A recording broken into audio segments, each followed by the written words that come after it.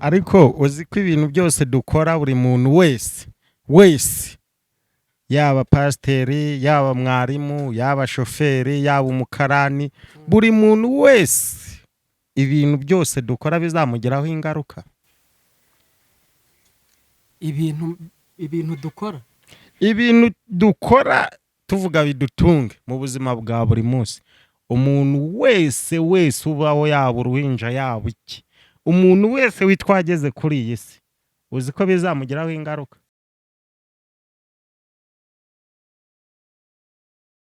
Twabazaniye umutumirwa ariwe bita Fisi, musanzwe mumubona mu mafilime atandukanye. Uyu munsi twamuzanye ngo tumukoreshe ikiganiro, reka atangira twibwira. Yes, ndabasuhuje mwese abakurikira Holy Empire.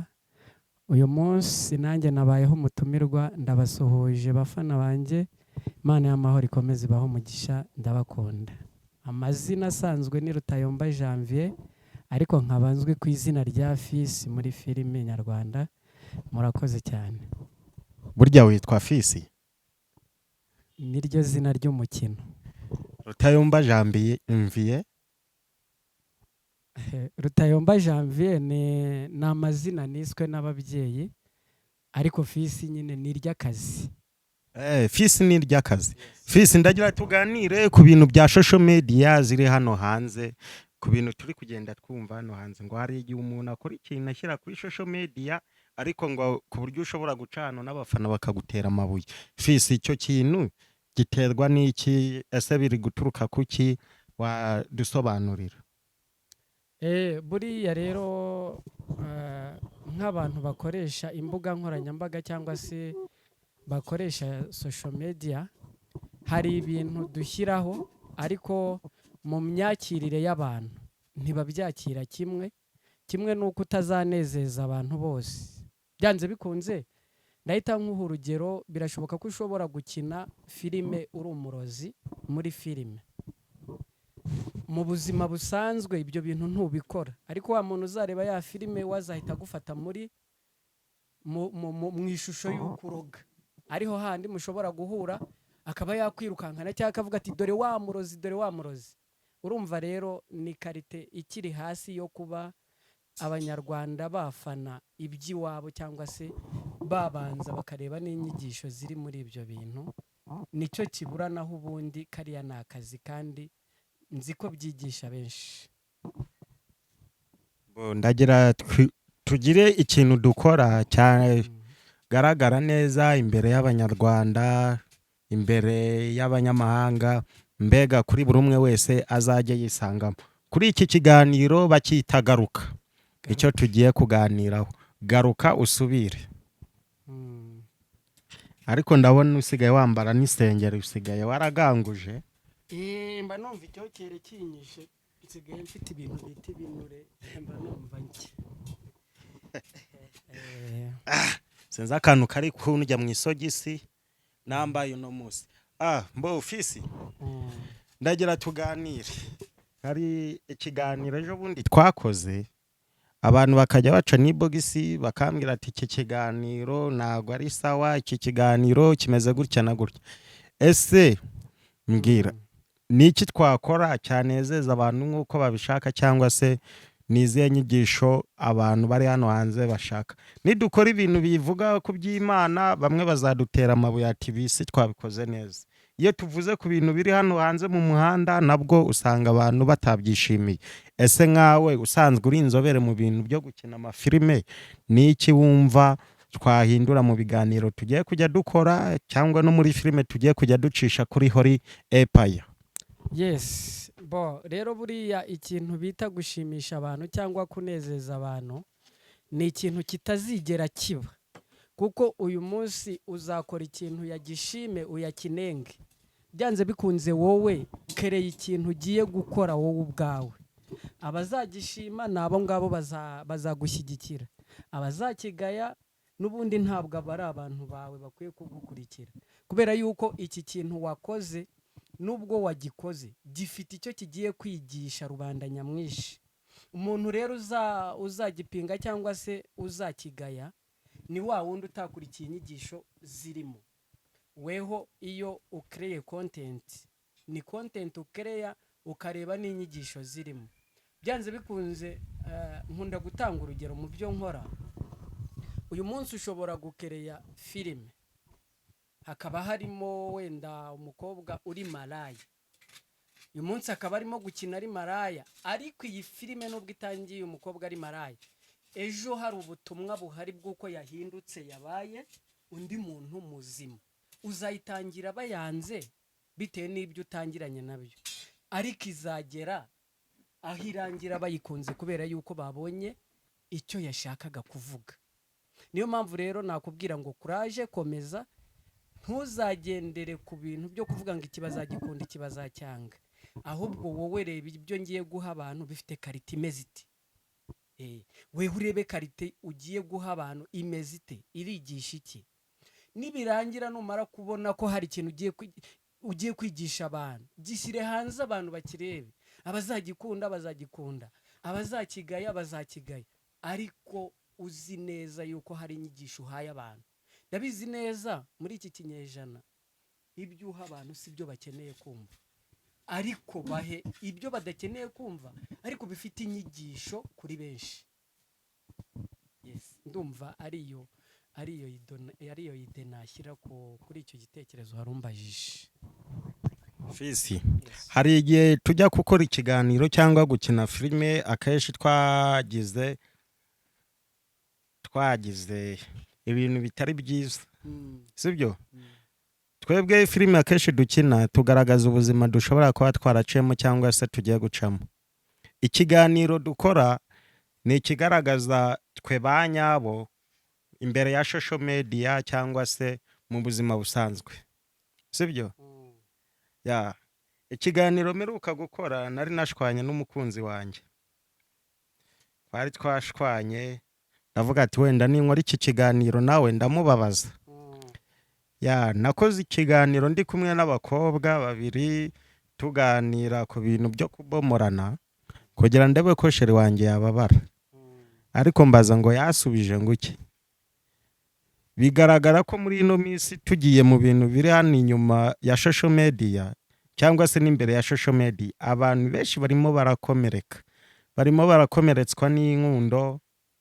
Ya, twebwe duhora kuri social media dufite amahirwe yuko dushobora kuza tukabivugira kuri kamera bikarangira, tugataha tukaryama ku buriri bwiza, tukiyorosa amakuvureri ahenze, sibyo? Ariko imbere umuntu yatubona twabyutse turi kugenda akabona turi ba bantu bishimye kandi tutishimye. Hari ikintu turi kubura muri twebwe. Uragira uti muri social media tujyamo twishimye, ariko nyuma yaho tukaba tubabaye. Ikigaragara twebwe duha abantu ibyishimo bo badakeneye guhabwa. Twebwe tuza hano tugaragaza ko twishimye, ariko abo tubigaragariza batabikeneye. Nibyo nakubwiye ngo uyu munsi wowe na story wakereye cyangwa se ugiye guha abantu, ntabwo ariko buri umwe wese azayikunda. Hari abazayikunda, hari abazayanga. Izo mpande ebyiri zizahoraho igihe cyose, wakora ibyiza wakora ibibi, izo mpande ebyiri zizahoraho, abakunze ibintu n'ababyanze. Gusa ikintu wowe ushobora kureba cyangwa se ikintu ushobora guha umwanya ni produit yawe wowe ugiye guha abantu, ukareba ngo iki kintu ngiye guha abantu gifite iyihe nyigisho. Wabona harimo inyigisho wamaze kukireba neza, ukagisohora ukagiha abantu. Kugikunda bwo ntabwo uzashyiraho itegeko ngo bagikunde, ahubwo abazagikunda bazagishyigikira, abazacyanga nabo nyine ubwo ntago bazagishyigikira, ariko wowe uzakora ibyo wagambiriye gukora. Ya, bakunzi ba Ori Empire mudukurikiye hirya no hino, ndagira mbabwire ibyo dukora tutabafite ntacyo twageraho, sibyo? Ni byiza kuba mwadushyigikira mu byo dukora byose, mukadufasha gukora share, mukakora like, subscribe, comment, byose ku byo twakoze. Ibyo muzajya mukomeza gukora nibyo bizatugeza ku nzozi zacu. Ndagira mbabwire ntabwo ibyo nkora ari njye gusa mbikorera, sibyo? Ntabwo nanone ibyo nzakora bizabaho ibyishimo igihe cyose nk'uko mubikeneye, sibyo? Kuko na Yesu yagerageje gukora ibyiza, ariko ibyo abantu bamwituye murabizi, sibyo? Ntabwo iteka tuzakora ibyiza, nta n'ubwo iteka nzahora imbere ya kamera. Keni reka nkufashe, ni ukuvuga ngo aha hantu ntuhatindeho cyane hagukerezeho kumva ko abantu bose bazishimira ibintu wakoze. Hari abazabibona nyine babibone yuko ari ibintu bimeze neza, bitunganye, bifite karite, ariko hari n'abazabibona babone biri kure y'inyigisho bo bakeneye zo muri iyi minsi. Uvuga ngo uyu munsi hari umuntu ukeneye ibintu bivuga ngo dusenge. Kuri uru ruhande hari abantu bakeneye ibintu bivuga ngo tugende uko isi irimo kugenda. Ni impande ebyiri. Uyu munsi rero ntabwo uzakorera rimwe ibyo bintu kugira ngo abantu bose banezerwe, ahubwo muri social media wowe ukora icyo wagambiriye gukora kandi gifite inyigisho ku banyarwanda. Ko nanone nufata ikintu kidafite inyigisho ukajya kugishyira hariya, nanjye ntacyo nzareba, nta nyigisho, ntacyo gisobanuye. Icyo kintu n'ubundi uburutwa no kuba wakihorera ukakireka. Reka dukoresha imbuga nkoranyambaga tuzibyaza umusaruro, ariko dufite n'ibyo twigisha abanyarwanda. Aka kanya niba ugiye gushyiraho ibintu ngo abakobwa bambaye ubusa ubicaze hari imbere ya kamera banitse amatako, oya, ibyo bintu nta kintu birimo kwigisha abanyarwanda, ahubwo birimo kuyobya abareba izo video. Weho mbese gukereya ikintu ni ukureba na karite yayo. Gato nkuciye mu ijambo, ntabwo abantu bose burya bakunda ibigera ku birenge, sibyo? Ntabwo uzakora ibintu byose bishimisha abantu, kandi ntabwo inyigisho zose tutambutsa harimo utiyumvamo, sibyo? Oya Keni, none se reka nibaze, hariya hantu ushobora kuzana umukobwa mu kiganiro cyawe yambaye ubusa, niho hantu ushobora kumva werekanye ibintu biri karite bishobora kunezeza abanyarwanda. Ukavuga uti nzanye noneho ibintu biri karite kabisa ku buryo abantu bari bubirebe fresh bakanezerwa. Icyo kintu twebwe ibyo dukora tubikorera hano imbere ya kamera, sibyo? Hari message dutambutsa mu badukurikira, sibyo? Hari n'indi dutambutsa mu banyamahanga, hari n'indi dutambutsa, kandi na Yesu yaravuze ngo ni muri mu nzu hari n'abari hanze. Harya niko yabivuze Yesu? Keni buretse. Hoya, Yesu hari ijambo yigeze avuga, ariko ni Paulo avuga ngo uru rwandiko ndwandikiye abikorino n'abisudari, sibyo? N'abafilisitiya, arongera ngo n'abanyamahanga. Nonjyana muri Bibiliya rero turagwanayo. Ngo n'abanyamahanga nabo mbandikiye uru rwandiko rubagereho, sibyo? Rero ni ukuvuga ngo Bibiliya itwigisha ku bagabo beza n'abagabo babi, ikatwigisha kugira neza no kugira ute nabi. Bibiliya nta hantu yigisha tugarutse gatoya nkubwire, reba Salomo. Umuntu usomye Bibiliya agahinguka kuri Salomo, yavuga ko Salomo yakoze ibintu byiza, cyangwa yavuga ko Salomo koko yabomoraga birenze? Erega hari ukuntu mwebwe mureba muri Bibiliya mukayitwara uko itari. Icyo nicyo ngira nkubwire. Ndahita mbihuza na bwa buzima bw'inyuma. No kuvuga ngo Salomo nubwo ibyo yabikoze, sibyo? Hari aho yicurizaga cyangwa se hari aho yicurije. Salomo nukurikirana uru rwandiko uzasanga hari ahantu yegeranye n'Imana yarangiza akanatura ibyaha bye byose, Imana ikamubabarira.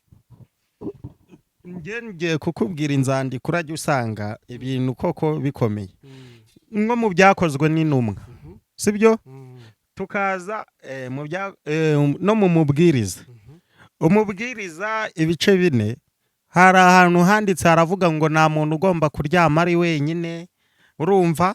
Ngo umuntu wese yaremewe undi, gudu ibyo birumvikana niyo mpamvu rega noneho hari amagambo navugiye imbere ya kamera umuntu ufite bibiliya ashobora gusoma uwo muntu akirambura bibiliya akagwa kuri ayo magambo sibyo ndakubwiye ko yarara ateye abakobwa nka 50 indabo mu Rwanda. Oya Kenny reka tugendane neza aha hantu ni ukuvuga ngo ibi wowe urimo kuvuga ngo umugabo ngo ntazaryame wenyine sibyo ntabwo bibiliya yavuze ngo zana umuntu wese muryamane ahubwo ni rwa rubavu rwawe bibiliya ikubwira rumwe wagenewe waremewe umugore wawe ntago rero bibiliya ivuga ngo zana ngo ukuye hariya ngo utoraguye hariya oya ahubwo nyine ibikubwira ngo zana umugore cyangwa se shaka umugore mujye murarana.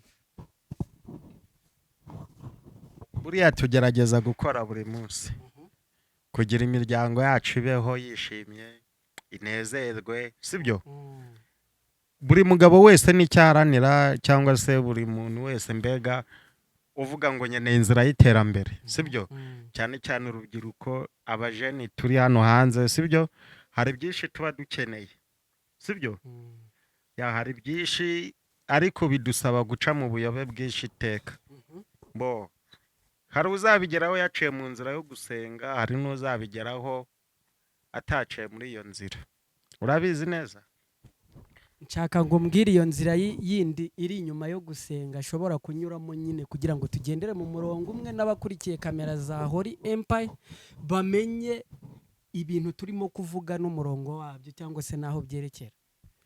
uzi iyo nzira iyo ariyo ni uko twebwe dushobora guhara ibyishimo byacu ngo tunezeze abantu batazabitwishyura.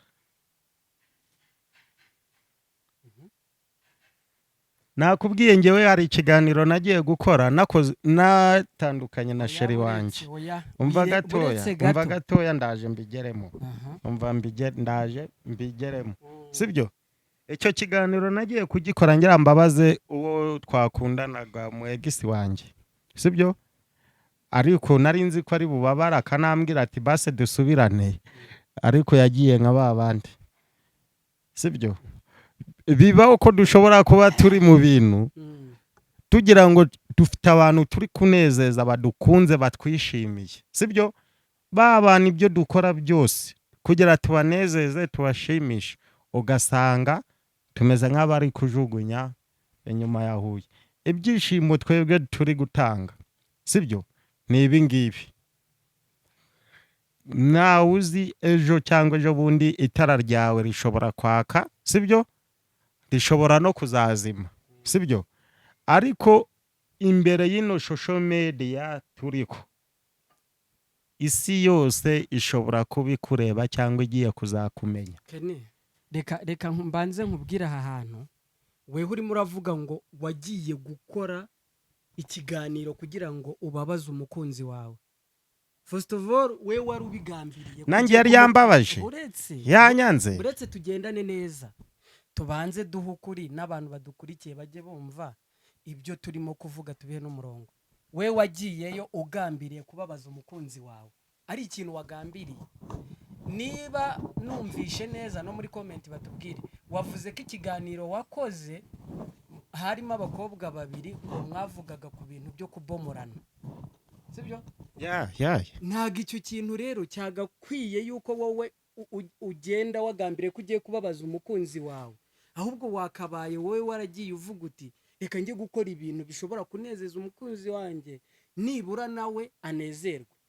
Icyambere ushobora kujya imbere y'izi kamera cyangwa se buretse gato mubaze buretse gato cyo mu ijambo ryawe muri iyi social media wowe umazemo igihe kirekire kinini gishoboka sibyo uziranwe na benshi bashoboka ndagira umbwire ubuzima wahuye nabwo muri iyi social media n'ubuzima ucamo kugira urebe ko wagera ku nzozi zawe uhura n'ibintu bingana ute bikugota bigusubiza inyuma bikurwanya ese ni bangahe baguhamagara ku matelefone nk'uko barara bamamagara bambwira ngo dukeneye ibi n'ibi nibiri kugenda neza ibiri gukena gutya mbwira ese wowe bimeze gute mu ruhande rwawe mu buzima bwa social media cya hanze yayo mu buzima bwa social media no mu buzima bwo hanze yawe ndagira amenye ukuntu wowe ubayeho kuko njyewe iyo nari muri social media mba ndi ku matelefone bambwira ngo filime ngo yarabananiye ngo filime mwari mutangiye kuduha yari iryoshye ngo none gutya na gutya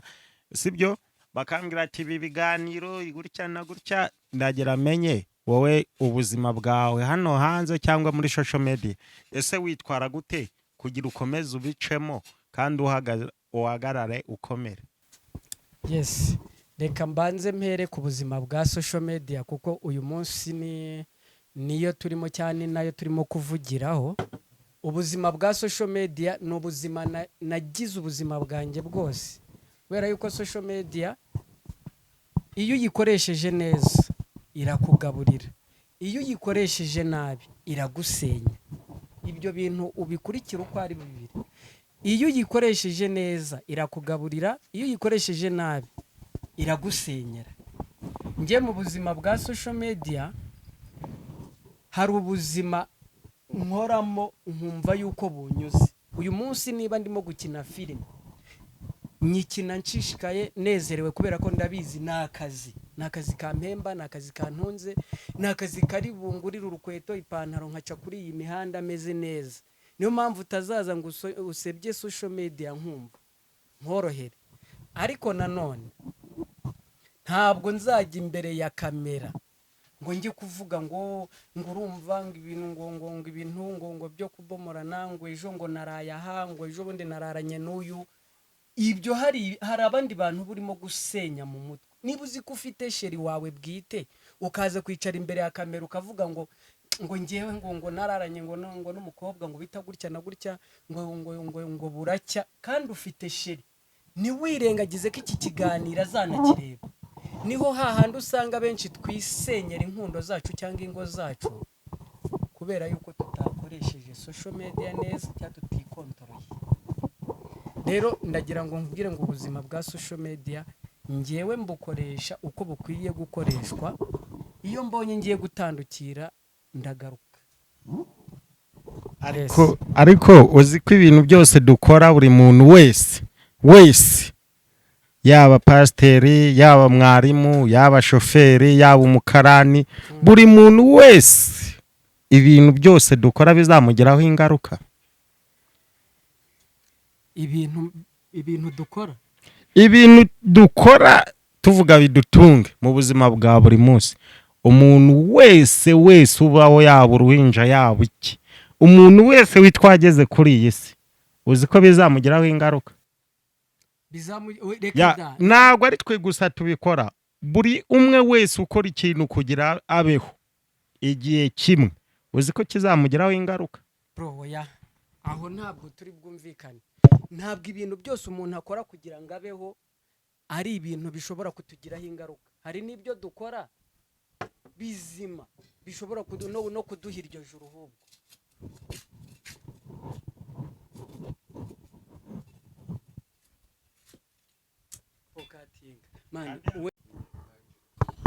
Uzi ko buri muntu wese buri kintu cyose akora uzi ko igihe kimwe bizatugiraho ingaruka.